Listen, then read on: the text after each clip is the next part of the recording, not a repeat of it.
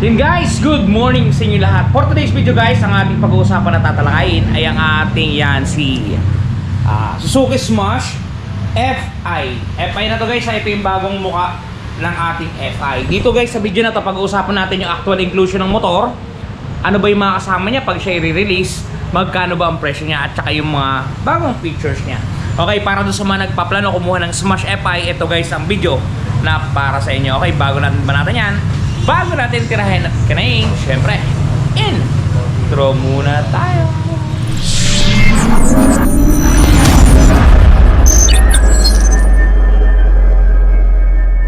Okay guys, without further ado, ito yung ating pinakabagong Smash FI ngayon guys. Kung mapapansin niyo, yung ating available na kulay ngayon is yung naka-mags, kulay black, kulay red yung kanyang combination. Naka-mag type to guys.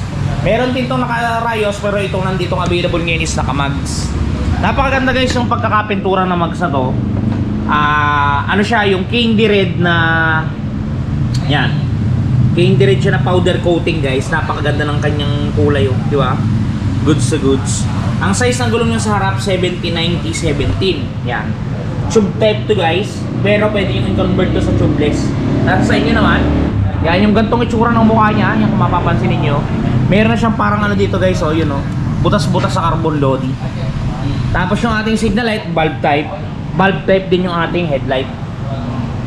Yan, medyo, yan yung itsura niya sa harap. Pag nag-side ka, dun palang lalabas yung kulay red. Naka-disc brake yung harapan natin, yung likodan natin ay naka-drum brake. Drum brake yung likod. Tapos yung ating heat guard, kalahating plastic, kalahating bakal. Yan yung design niya. Yan. Tapos ito yung angkasa natin, napakasimple lang. Ito yung tip ng ating tambutso, basic na basic. Meron tayo ditong yan, Smash FI na decals. May para siyang kaliskis dito guys.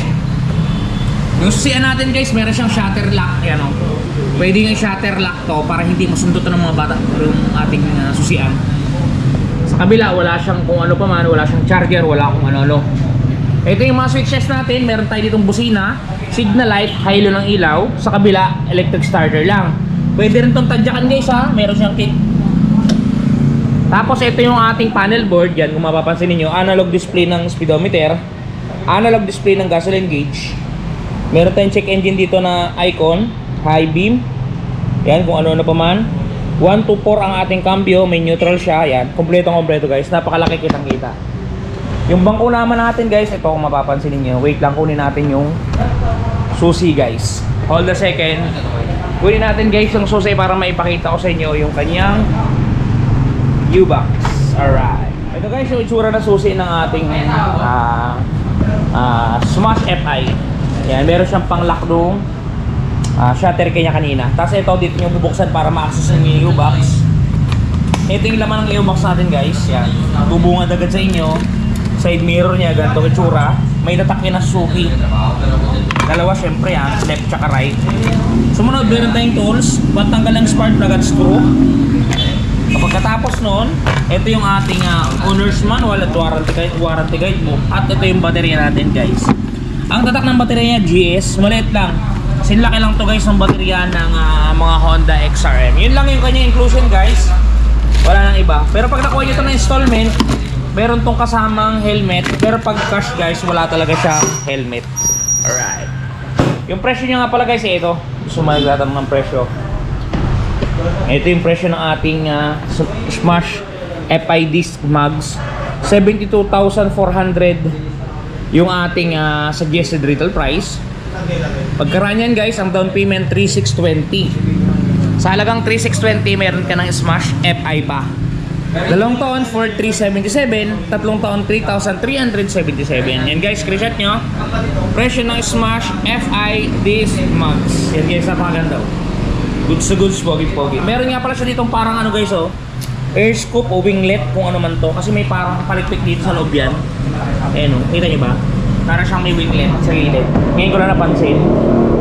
Tapos sa likod niya, ito yung style ng kanyang carrier. Yan oh, parang may sungay. Tapos patulis yung puwet niya para may ducktail. Yan, bulb type lahat yung ating ilaw na stoplight at signal light. At yung fender niya guys, plastic. Meron din siya guys ano, chain guard. All in all, goods to guys, napakaganda. Kaya doon sa mga gumugusto kumuha ng motor guys, bisitahin nyo po si Premium Bikes Corporation kasi napakarami pong bagong mga motor ang itinitinda. Guys, doon nga pala sa mga problema ng mga gasgas ng kanilang mga unit. Ito guys, meron tayong touch paint ni Wash Body. Panoodin na ninyo. At ito na guys, ang touch paint ni Wash Body. Di ba napakaganda? Ganito ang packaging yan pagka mabibili ninyo. Ito yung polishing cream. Ito yung surface cleaner. Ito yung mismong touch paint. At may kasamang pre-yan na pen brush at meron niyang instruction kung paano gagamitin.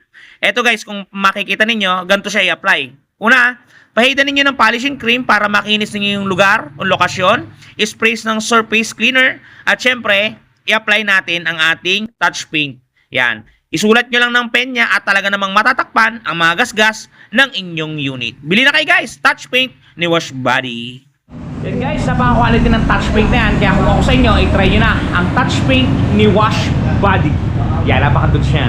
Yan guys, sa mga gusto ko mo ng motor, bisitahin nyo guys si Premium Bikes. Napakaganda ng motor dito. Napakalalaki pa ng rebates. 5, 6, 700 ang mga rebates dito guys. Yan, kagaya na to. I-smash natin. Doon sa mga gumugusto guys, pag-receive ng 13-month pay, kuha na kayo ng motorsiklo. Okay, hanggang dito lang muna ang video natin guys. Ingat kayo palagi. At palagi po kayong magpapakasaya. Si Rob TV. Bye-bye!